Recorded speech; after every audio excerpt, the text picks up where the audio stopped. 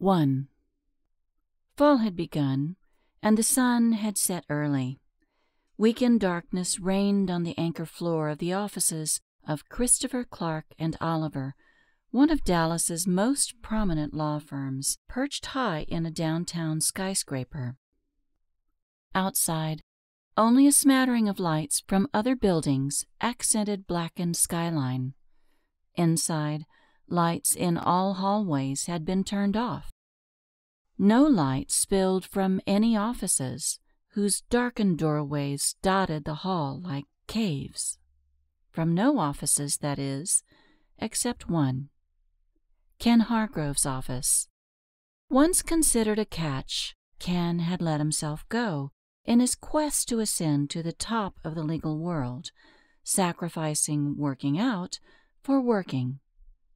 As his blond hair thinned, his waistline expanded. Now, sporting a paunch and the beginnings of a double chin, Ken sat with his back to the door, immersed in a scattering of documents on his credenza.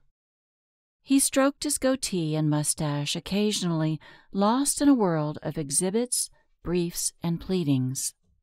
Silence prevailed on the floor, interrupted only by buzzing fluorescent lights in Ken's office and occasional rustling of paper as he flipped over documents.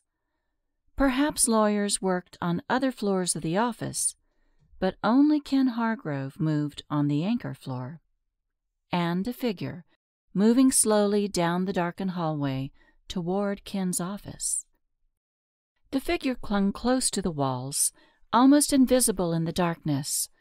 Features totally obscured by shadows, it was only an ephemeral shape, moving slowly, stepping toe to heel. Silently approaching an unsuspecting Ken Hargrove. What little light reached the hallway from Ken's office gleamed off the blade of an ornate gold knife with an ivory handle, which the figure held in a tightly clenched fist. The figure stopped at the door and peered inside, eyes falling on Ken's back as he leaned over his credenza, oblivious to all but a stack of documents. Ordinarily, the windows would have acted as a mirror, reflecting the office's interior.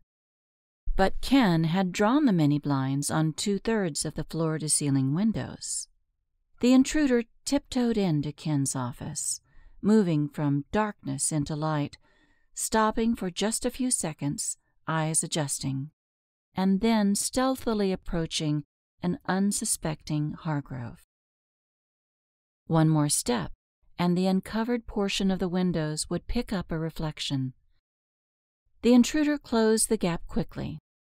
The sudden appearance of movement on the window flashed in Ken's peripheral vision.